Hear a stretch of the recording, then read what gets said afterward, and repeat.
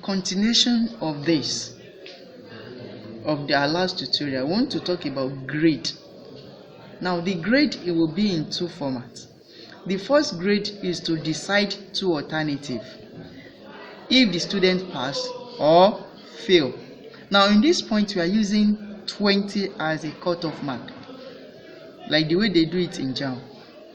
For instance, they believe that 200, any student that score above 200 should be admitted into any institution. Anything below, not admitted. So how can we construct Microsoft Excel to give all the same result? By using 20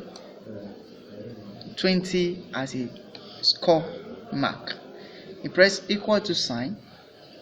If bracket open, since we are using average, our average is G4 greater than equal to 20. So this is what we are using to determine the pass mark. Then pass,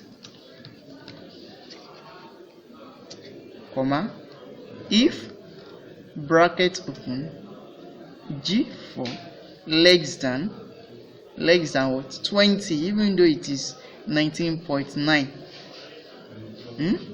comma, then fail. You quote it again. Now the amount of bracket you use to open will be the amount of bracket you can use to close. So I'm having 1, 2, isn't it? Yes. You press what? Enter. Now you can see Joseph was able to score up to 30. That is why he displayed it as pass. Now let us track. You can see in this class of 7, 2 people fail. Right.